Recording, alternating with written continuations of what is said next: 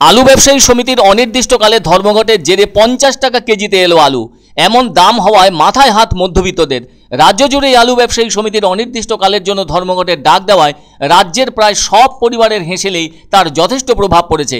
এই রাজ্যের সমস্ত বড় ধরনের বাজারে প্রায় প্রতিদিনই কম বেশি করে আলুর গাড়ি আসতো, কিন্তু আলু ব্যবসায়ী সমিতির ডাকা অনির্দিষ্টকালের বন্ধে মুখ থুবড়ে পড়েছে বাজারগুলি। নদিয়ার বিভিন্ন প্রান্তের বাজারের পাশাপাশি শান্তিপুরের সবজি বাজারেও আলুর চড়া দামের প্রভাব লক্ষ্য করা গেল বুধবার।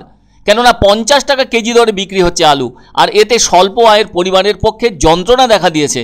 যেখানে কমপক্ষে 500 গ্রাম বা 1 কেজি আলু কিনে ঘরে নিয়ে যেতেন মধ্যবিত্তরা, সেখানে এদিন 250 গ্রাম আলু নিচ্ছেন, কেননা তারও তো দাম 13 টাকা পড়ছে। পরিবারে 5 জন থাকলে দুবেলা খেলেও তো 10 জন, ফলে 250 গ্রাম আলু নিয়ে ওই 10 জনের কতটুকু পাতে পড়বে? আবার পরদিনও তো একই অবস্থা দেখা যাবে। এক আলু ব্যবসায়ী জানাচ্ছেন, প্রতিদিন তিনি 5 বস্তা করে আলু বিক্রি করতেন, সেখানে এভাবে আলুর দাম হঠাৎ করে বেড়ে যাওয়ায় মানুষ কিনছেন অনেক কম করে, যা কিনা 200 গ্রাম বা 250 গ্রাম। ওই আলু ব্যবসায়ী বলেন, বাজারে আলু ঢোকা যেভাবে বন্ধ হয়ে গেছে, তাতে করে দাম হয়তো আরও বাড়তে পারে, ফলে অনেক কমে যাবে আলু বিক্রি। এদিকে বাজারে সব ধরনের ব্যবসায়ীরা জানাচ্ছেন, এই ধর্মঘট অবিলম্বে তুলে দেওয়া উচিত, না হলে যেমন বিপদে পড়বে সাধারণ মানুষ, তেমনই ক্ষতি হবে ব্যবসার।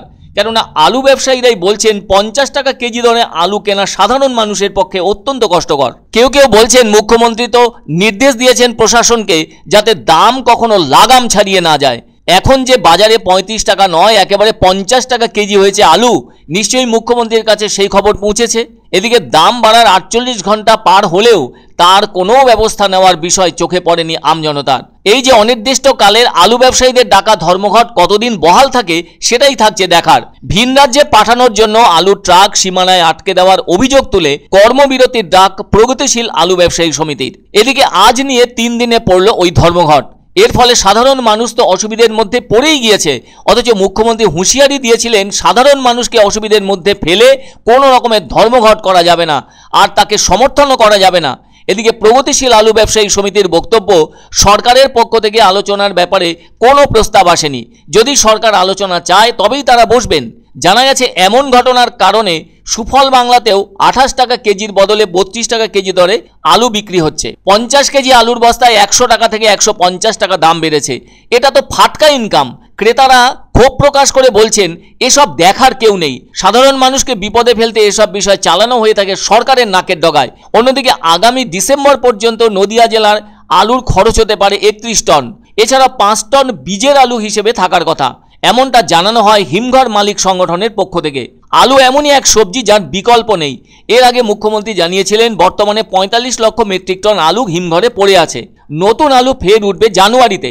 তাই 25% আলু রেখে রাজ্যের সবকটি হিমঘর থেকে বাকি আলু বের করার নির্দেশ দিলেন মুখ্যমন্ত্রী মমতা বন্দ্যোপাধ্যায়। সেই নির্দেশ আলু ব্যবসায়ীরা কতখানি মানবেন, সেই দিকে তাকিয়ে রাজ্যের আমজনতা। আমাদের আলু গতকাল থেকে নেই, কারণ শুনছি যে এরকম স্টোর ধর্মঘট চলছে, স্ট্রাইক চলছে, সেই কারণে কোনো মাল বেরোচ্ছে না। ওই জন্য আমাদের দোকানে আলু নেই, আসছে না, আমরা পাচ্ছি না, জোগান নিতে পারছি না। আর অনেকটাই বেশি, এক এক বস্তায় 250-300 টাকা করে দাম বেশি।